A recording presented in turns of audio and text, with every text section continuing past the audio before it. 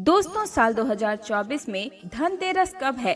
धनतेरस पूजा का शुभ मुहूर्त क्या है और धनतेरस में नई वस्तुएं खरीदने का शुभ मुहूर्त क्या रहेगा? ये सारी जानकारी आज की इस खास वीडियो में मैं बताने जा रही हूँ। इस वीडियो को अपने फायदे के लिए पूरा जरूर देखिएगा। दोस्तों, हर साल कार्तिक मास के कृष्ण पक्ष की त्रयोदशी तिथि को धनतेरस मनाया जाता है और पंचांग के अनुसार इस साल धनतेरस का पर्व दिन मंगलवार 29 अक्टूबर 2024 को मनाया जाएगा। 29 अक्टूबर को गोधूली काल शाम 6:31 से शुरू होकर रात 8:31 तक रहेगा। यानी कि धनतेरस की पूजा के लिए आपको 1 घंटा 42 मिनट का समय मिलेगा। वैदिक पंचांग के अनुसार कार्तिक माह के शुक्ल पक्ष की त्रयोदशी तिथि की शुरुआत 29 अक्टूबर को सुबह 10:31 से शुरू होगी और वहीं त्रयोदशी तिथि का समापन 30 अक्टूबर को दोपहर 1:15 पर रहेगा। दोस्तों, आप सभी को पता है कि धनतेरस का जो समय होता है वो खरीदारी के लिए सबसे ज्यादा शुभ माना जाता है। इस दिन आप सोने, चांदी, घर के बर्तन या घर का कोई भी कीमती सामान या कोई छोटा ही छोटा सामान जरूर खरीद कर लाते हैं, क्योंकि ये सबसे ज्यादा शुभ समय माना जाता है। इस दिन कुछ खास चीजें भी खरीदी जाती है, उसके बारे में मैं बाद में बात करूंगी, लेकिन सबसे पहले आप ये जानिए कि खरीदारी का शुभ मुहूर्त क्या होगा। धनतेरस के दिन अभिजीत मुहूर्त भी बन रहा है और इस योग में खरीदारी करने से सुख समृद्धि की प्राप्ति होती है। ये मुहूर्त 29 अक्टूबर के दिन 11:42 से दोपहर के 12:27 तक रहेगा। इस बीच आप सभी ज्यादा से ज्यादा खरीदारी करें, क्योंकि ये सबसे ज्यादा शुभ मुहूर्त बनने वाला है। दोस्तों, आइए अब जानते हैं कि धनतेरस के दिन हमें कौन कौन सी वस्तुएं जरूर खरीदनी चाहिए। दोस्तों, ये जानकारी बताने से पहले मैं आप सभी दर्शकों से एक छोटी सी प्रार्थना करना चाहूंगी कि अगर अभी तक आपने इस वीडियो को लाइक नहीं किया है तो लाइक करके, अगर आपने मेरी आवाज को पहली बार कहीं भी नहीं सुना है, आज ही सुन रहे हैं, तो हमारे चैनल तीज त्योहार और धर्म को तुरंत सब्सक्राइब करके पास वाला बेल आइकन जरूर प्रेस कर दीजिए। दोस्तों, 5 दिनों तक चलने वाले दीपावली का महापर्व में धनतेरस का त्योहार सबसे पहले दिन ही मनाया जाता है और हिंदू पौराणिक मान्यता के अनुसार धनतेरस की तिथि पर भगवान धन्वंतरी का जन्म हुआ था। भगवान धन्वंतरी को आयुर्वेद और अच्छी सेहत के देवता के रूप में जाना जाता है। दीपावली और धनतेरस के दिन भगवान धन्वंतरी की पूजा करने से जीवन में सुख, समृद्धि, ऐश्वर्य, आरोग्य आता है, आशीर्वाद की प्राप्ति होती है। साथ ही इस दिन खरीदारी करना भी सबसे ज्यादा शुभ माना जाता है। हर कार्य, नए कार्य का प्रारंभ आप इस दिन जरूर कर सकते हैं। इस दिन विशेष रूप से सोने, चांदी के आभूषण, नए बर्तन खरीदे जाते हैं। धनतेरस के दिन इस प्रकार की विशेष चीजें खरीदने पर माँ लक्ष्मी का आशीर्वाद आपको प्राप्त हो जाता है। ऐसी मान्यता है कि धनतेरस के दिन जिस भी वस्तु की खरीदारी करके आप लाते हैं उसमें 13 गुना की वृद्धि होती है।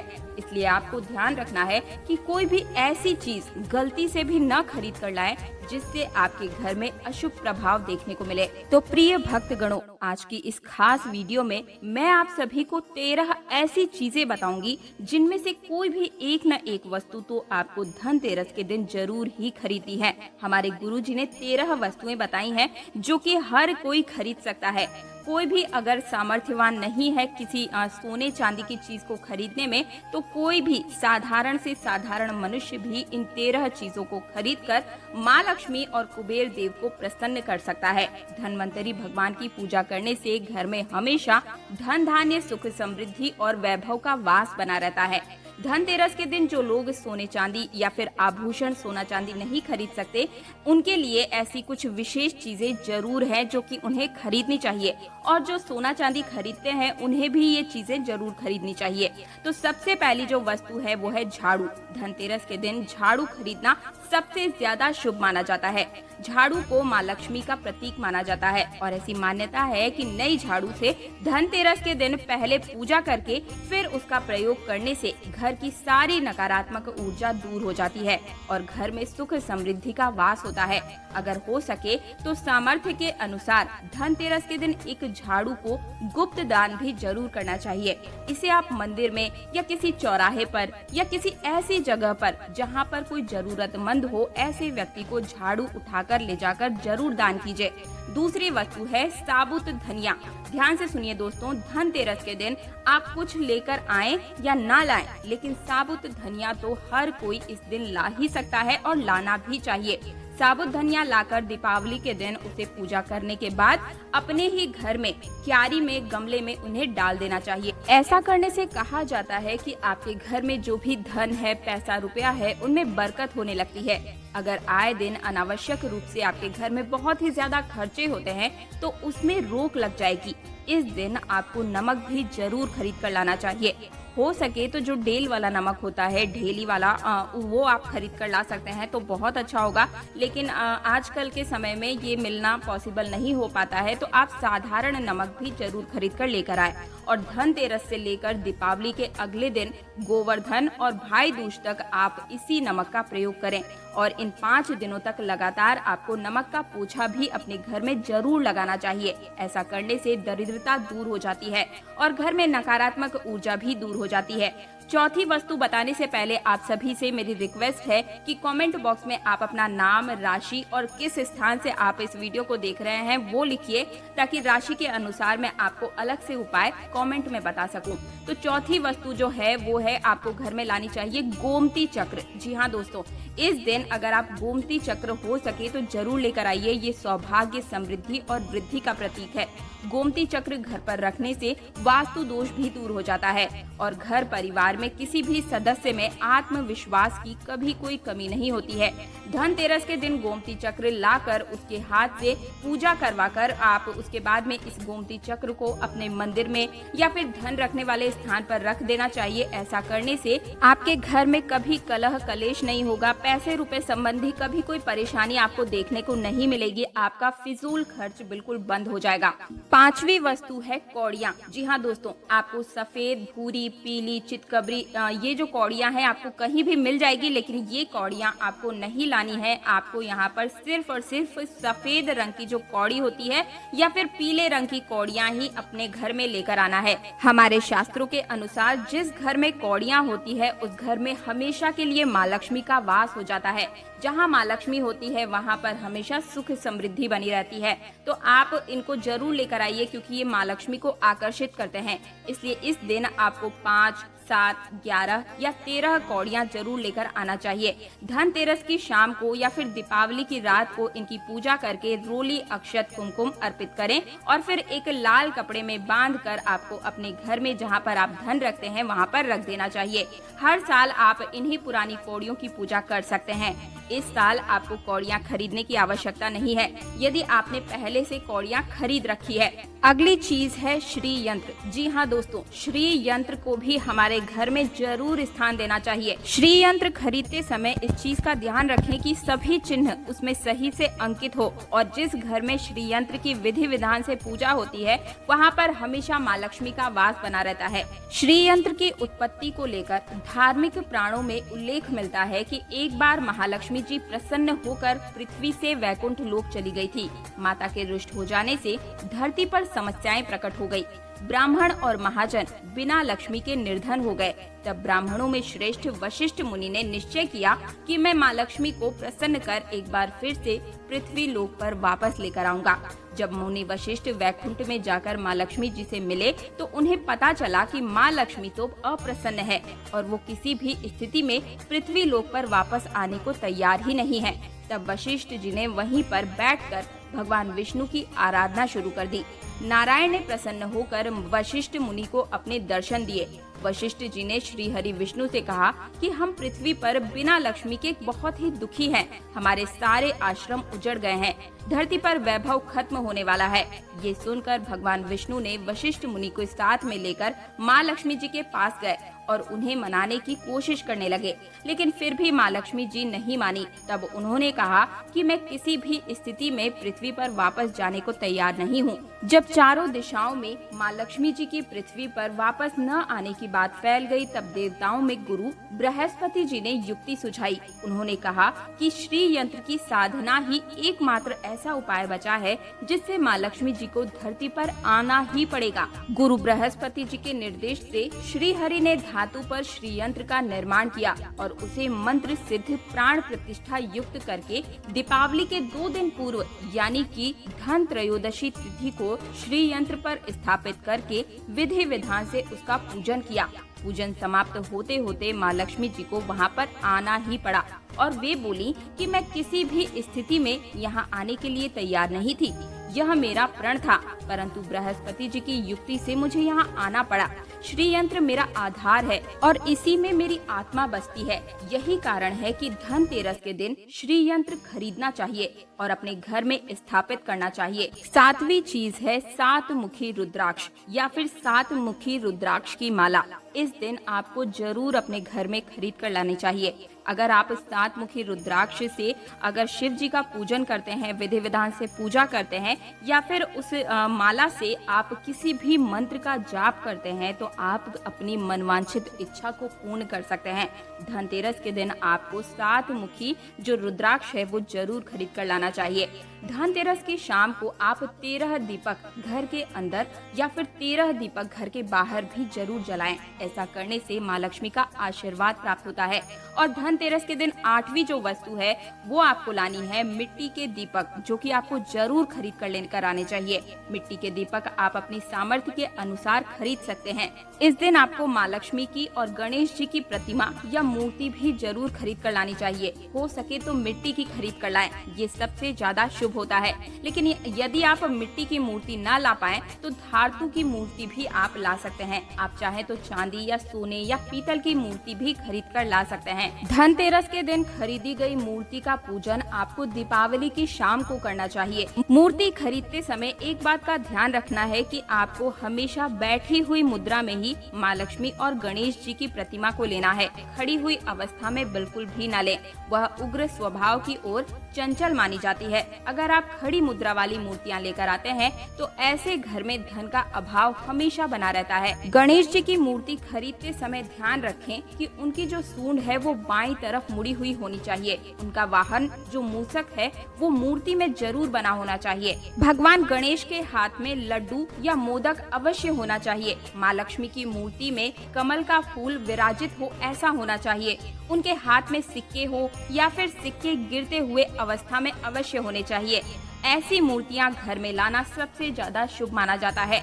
बहुत से लोग आज के दिन उल्लू पर विराजमान मूर्ति या फिर तस्वीर घर पर लेकर आते हैं, लेकिन आपको हाथी या फिर कमल के फूल पर विराजमान लक्ष्मी जी की मूर्ति या तस्वीर ही घर पर लानी चाहिए। कभी भी प्लास्टर ऑफ पेरिस से बनी हुई मूर्तियां हमें अपने घर में नहीं लानी चाहिए। आप चाहे तो अष्ट धातु की मूर्ति भी ला सकते हैं। धनतेरस के दिन जो 10वीं चीज आपको खरीद कर लानी है वो है कुबेर यंत्र। जिस घर में कुबेर यंत्र होता है वहाँ पर कुबेर देव का वास होता है। साथ ही माँ लक्ष्मी जी भी वहाँ पर वास करती है। आपको उत्तर दिशा में ही धन कुबेर यंत्र की स्थापना करनी चाहिए। इस दिशा का सही निर्माण परिवार में सुख, समृद्धि और खुशियों को लाने के लिए होता है। साथ ही अगर आपके घर में किसी तरह का कोई वास्तु दोष है तो वो भी इसी से दूर हो जाएगा और व्यापार में आपको कारोबार में खूब तरक्की, बरकत देखने को मिलेगी। 11वीं वस्तु जो कि आपको इस दिन खरीदनी चाहिए वो है सोना, चांदी, आभूषण या फिर कोई भी बर्तन। सब जानते हैं कि इस दिन बर्तनों के खरीदने का विशेष महत्व होता है।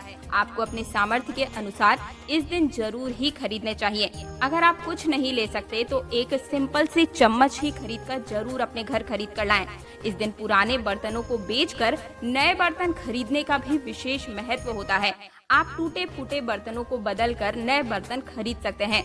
जिसकी यदि सामर्थ्य बर्तन खरीदने की ना हो तो आज के दिन केवल पूजा से संबंधित सामग्री भी आपको जरूर खरीद लेना चाहिए, जैसे कि रोली, अक्षत, कुमकुम, कलावा या फिर कोई भी सामान, लौंग, इलायची, पान, सुपारी, बताशा, खील बताशा जिसे कहा जाता है वो भी आप इस दिन खरीद सकते हैं। इसके अलावा धार्मिक पुस्तकें जैसे कि व्रत कथाएं या फिर कोई भी हफ्ते में पढ़ी जाने वाली व्रत त्योहारों से जुड़ी हुई किताबें जो होती है, हमारे धर्म के अनुसार पुराणों की जो बुक्स हैं, वो भी आप इस दिन जरूर खरीद सकते हैं। तो ये थी 13 वस्तुएं जिन्हें आप धनतेरस के दिन जरूर खरीदें। इनमें से जो चीज आपके सामर्थ्य के अनुसार हो सके, कोई भी 1, 2, 4, 5, 6 या 13 टोटल 13 वस्तुएं भी आप खरीद सकते हैं सामर्थ्य के अनुसार, तो जरूर खरीदें। ऐसा कहा जाता है कि इन 13 वस्तुओं में माँ लक्ष्मी की कृपा बसी हुई है। इन वस्तुओं को खरीदने पर माँ लक्ष्मी की असीम कृपा आपके और आपके पूरे परिवार पर सदैव बनी रहती है। तो इसी बात पर कमेंट बॉक्स में तुरंत जय माँ लक्ष्मी जरूर लिखिए, ताकि आपके पूरे परिवार पर माँ लक्ष्मी की कृपा बनी रहे। तो दोस्तों, ये थी संपूर्ण जानकारी। इन 13 वस्तुओं को खरीद कर आप अपने घर में हर चीज में 13 गुना की वृद्धि कर सकते हैं। अगर यकीन मानिए, धनतेरस के दिन आप कुछ भी खरीदने में अगर सामर्थ्यवान नहीं है, तो इस दिन थोड़ा सा गेहूं ही जरूर खरीद कर ले आइएगा, या फिर थोड़ा सा साबुत धनिया ही खरीद लाएं। लेकिन आप अपने घर में कुछ न कुछ इस दिन जरूर खरीद कर ले आए, कभी खाली हाथ मत आना। तो दोस्तों, आज की इस खास वीडियो में हम जानेंगे कि धनतेरस के दिन कौन सा वो फल है जिसे घर में लाने से हमारी जन्म जन्मांतर की गरीबी, दरिद्रता, जीवन की सभी परेशानियां दूर हो जाएगी। और एक फल के बिना धनतेरस का व्रत क्यों अधूरा है, और अगर आप दिवाली के दिन व्रत रखें तो वो व्रत पूर्ण नहीं माना जाएगा इस फल के बिना।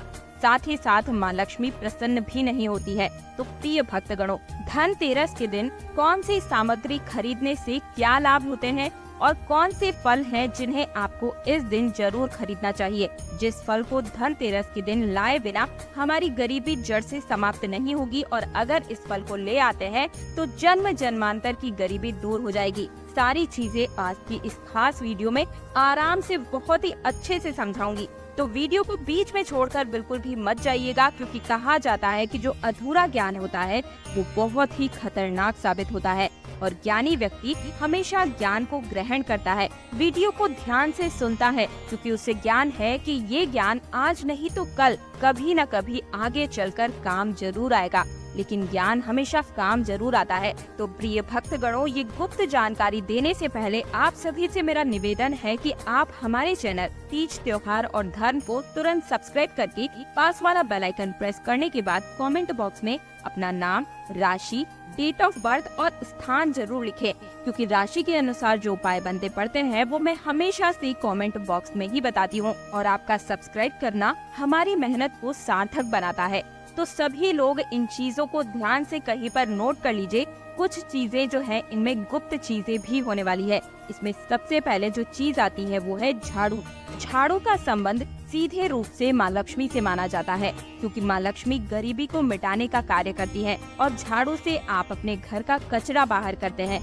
तो माँ लक्ष्मी आपके घर से नेगेटिविटी, बीमारी, दरिद्रता, रोग, हर चीज को घर से बाहर कर देती है।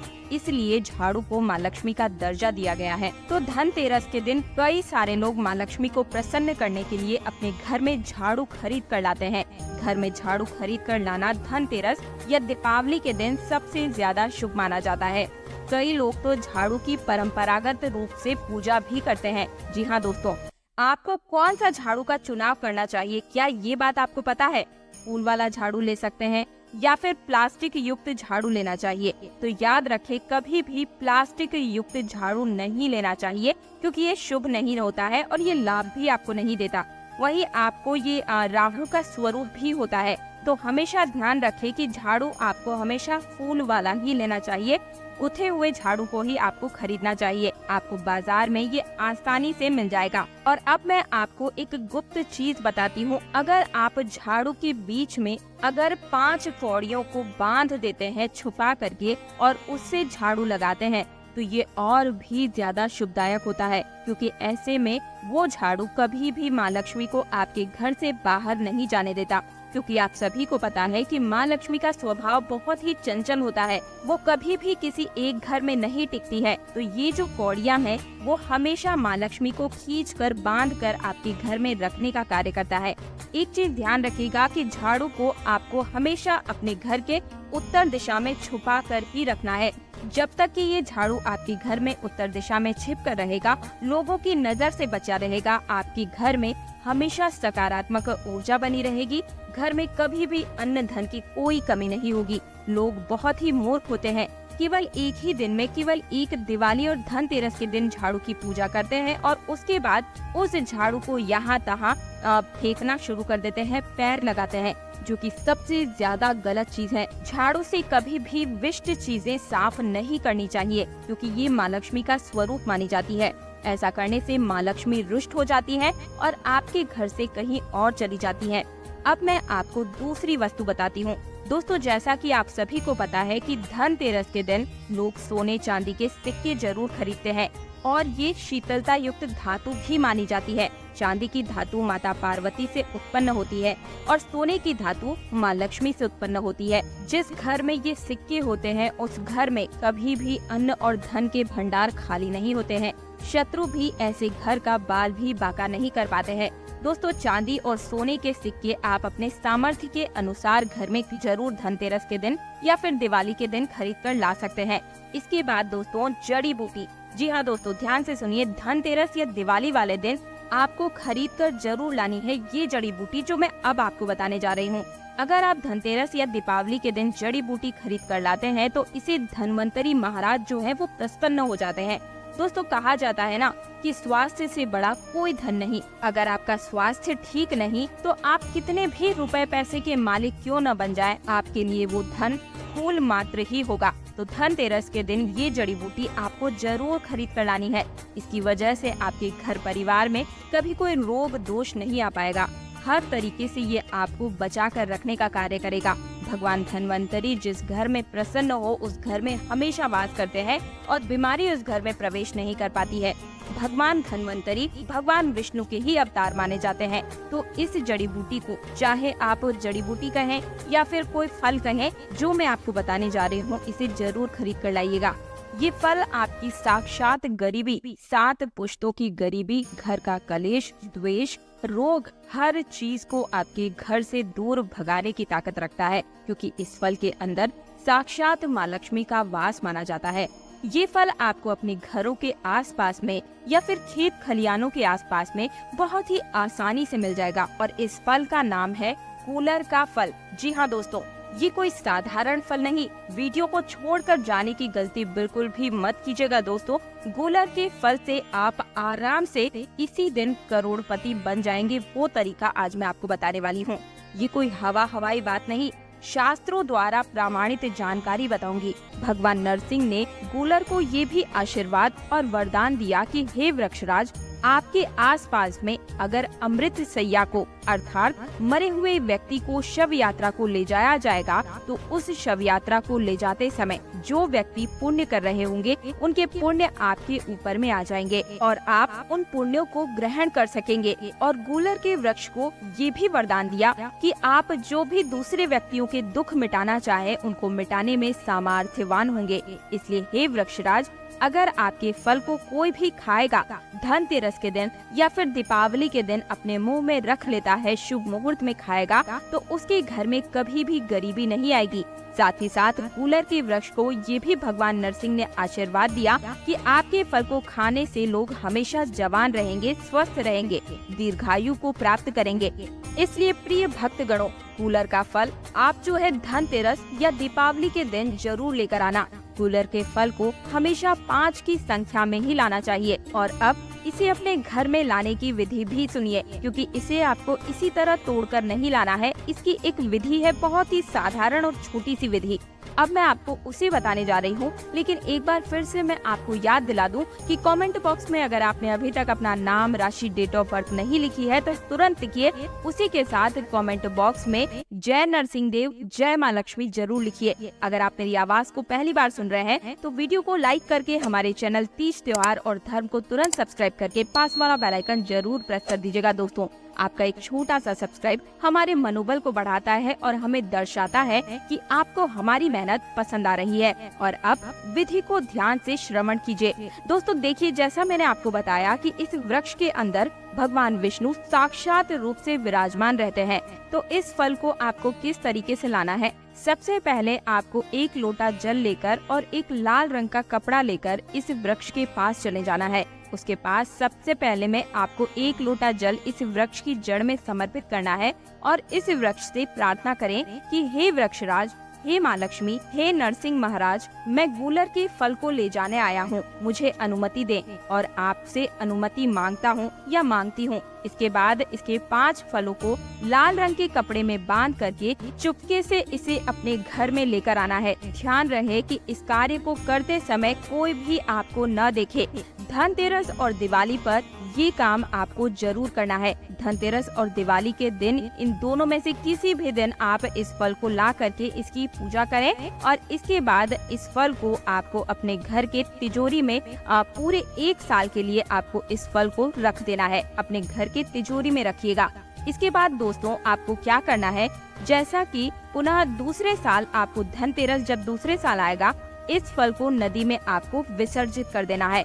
दोस्तों जब तक गूलर के फल आपके घर में रहेगा, आपके घर में कभी भी गरीबी नहीं आएगी। आपको जन्मों जन्मांतर की जो पुरानी गरीबी अगर है तो यकीन मानिए वो बिल्कुल ही दूर हो जाएगी। दूसरा फल बताने जा रही हूँ। जो दूसरा फल आपको धनतेरस या दीपावली के दिन अपने घर लेकर आना है वो है सीताफल। जी हाँ दोस्तों, सीताफल माँ लक्ष्मी को बहुत ही प्रिय है क्योंकि सीताफल माँ लक्ष्मी का ही एक अवतार है। माता लक्ष्मी की साक्षात स्वरूप भी इसे कहा जाता है। सीताफल आपके घर की गरीबी, परेशानी, कष्ट तत्काल दूर करने में सक्षम होता है। एक गुप्त चीज मैं आपको बताती हूँ, जो सच्चा वानर होता है यानी कि जो हनुमान जी का वानर होता है वो कभी भी सीताफल के पेड़ के ऊपर या फल के ऊपर कभी भी भूल से भी नहीं चढ़ता है। ये बात मैं ऐसे ही नहीं कह रही हूँ, पुराणों में ये चीज उल्लेखित की गई है। सीताफल को धनतेरस या दीपावली के दिन माँ लक्ष्मी के जोड़े के रूप में 2 अगर आप खरीद कर उन्हें चढ़ाते हैं तो माँ लक्ष्मी तुरंत प्रसन्न होती है और कम ही समय में आपकी गरीबी या कोई भी परेशानी है या शत्रु से छुटकारा पाना है तो वो आपको कम समय में तुरंत रिजल्ट आपको सीताफल से ही प्राप्त होता है। सीताफल से माता लक्ष्मी बहुत खुश होती है। तो ये सारी जानकारी जो भी मैं आपको दे रही हूँ दोस्तों, ये बिल्कुल ही हवाई बातें नहीं है। आप इन उपायों को जरूर कीजिए। आप हमारे चैनल में जाकर देखिएगा, जो पॉपुलर वीडियोस हैं उनमें आप जाकर देख सकते हैं, उनके कमेंट्स को पढ़ सकते हैं कि किस तरह लोग लाभान्वित हो रहे हैं। इसके बाद दोस्तों कई सारे लोगों को ये जानकारी नहीं पता होगी कि धनतेरस या दीपावली के दिन एक और आपको जड़ी लेकर आनी है, वो है कमल की जड़। जी हाँ दोस्तों, या फिर कमल का फूल। कमल की जो पौधा है उसकी जड़ या फूल अगर आप लाते हैं, उसके अंदर साक्षात माँ लक्ष्मी विराजमान होती है। माता लक्ष्मी को कमल वासिनी ऐसे ही नहीं कहा जाता है। माता लक्ष्मी कमल के पौधे में वास करती है, कमल के फूल पर वास करती है। तो अगर आप इस दिन छोटी सी जड़, फूल, फल कुछ भी लेकर आते हैं तो मान कर चलिए माँ लक्ष्मी दौड़ी दौड़ी आपके घर में चली आती है और मान के चलिए आपको कभी भी जीवन में कोई पराजित नहीं कर पाएगा अगर आप इसे लाते हैं। और अगर आपको कमल की जड़ नहीं मिल रही है तो आप सफेद अपराजिता की जड़ अपने घर ला सकते हैं। इसके अंदर भी माँ लक्ष्मी वास करती है। धनतेरस और दिवाली के दिन ये बहुत ही ज्यादा जागृत अवस्था में होता है।